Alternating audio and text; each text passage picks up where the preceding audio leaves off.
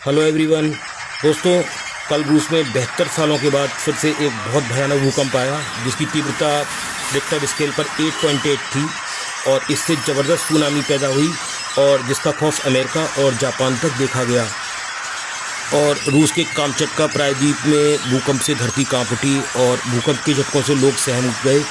और रूस के कामचटका में आए भूकंप की तीव्रता रिक्टर स्केल पर 8.8 थी और रूस में आए भूकंप की तीव्रता इतनी शक्तिशाली है कि धरती तो वहाँ कांपी ही और इसके अलावा समंदर में भी हलचल शुरू हो गई है।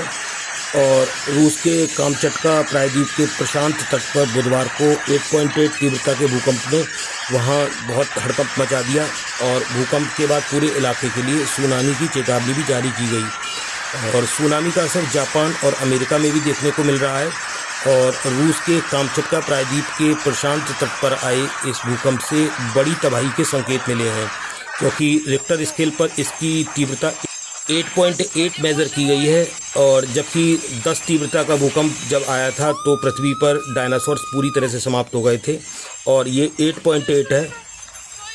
और कई इमारतों के भी ज़मींदोज होने की सूचना मिली है और सुनामी ने भी अपना कहर दिखाना शुरू कर दिया है और बहुत ऊंची ऊंची करीब 16 फीट की लहरें भी वहां पर तटों पर उठ रही हैं।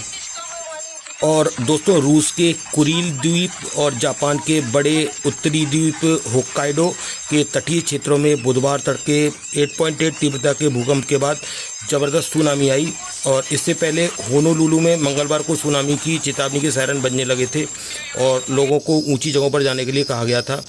और दोस्तों, कामचटका प्रायद्वीप पैसिफिक रिंग ऑफ फायर के नज़दीक है और रिंग ऑफ फायर वह क्षेत्र है जहां पर के बहुत अधिक ज्वालामुखी हैं। पृथ्वी के लगभग 80 से 90% ज्वालामुखी हैं।